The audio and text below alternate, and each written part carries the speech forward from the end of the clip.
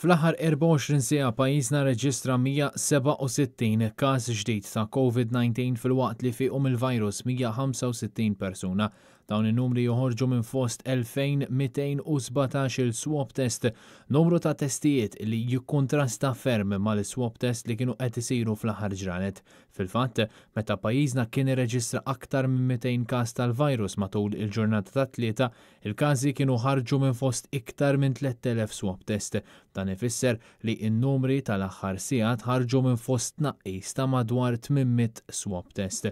L-aħħar numri tal-coronavirus f'Malta u f'Għawdex ifissru li fl-aħħar 5 ijiem f'pajjiżna kienu rreġistrati 740 każ ġdid filwaqt li tilfu ħajjithom 9 persuni.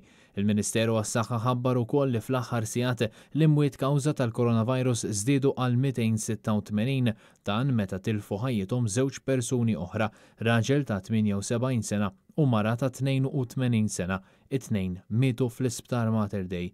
Dan ifisser li l-każi attivi baqgħu kif kienu biex bekk bħalissa f'pajjiżna hawn 2406 każ attiv tal-COVID-19.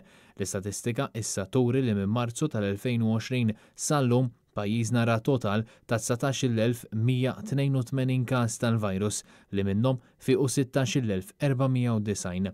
L-aħħar statistika pubblikata mill-awtoritajiet tas-saħħa fuq Facebook turi li fl-aħħar 24 siegħa ingħataw madwar 2000 doża tal-vaċċin li jtellgħu l-ammont totali ta' dożi għal 43,337. Minn dawn 12,135 biss ħadu iż-żewġ dożi u allura jistgħu jiġu kkunsidrati imlaqma b'mod sħiħ għal kontra l-coronavirus ftit iktar minn 12,000 persuna f'Malta u f'Għawdex.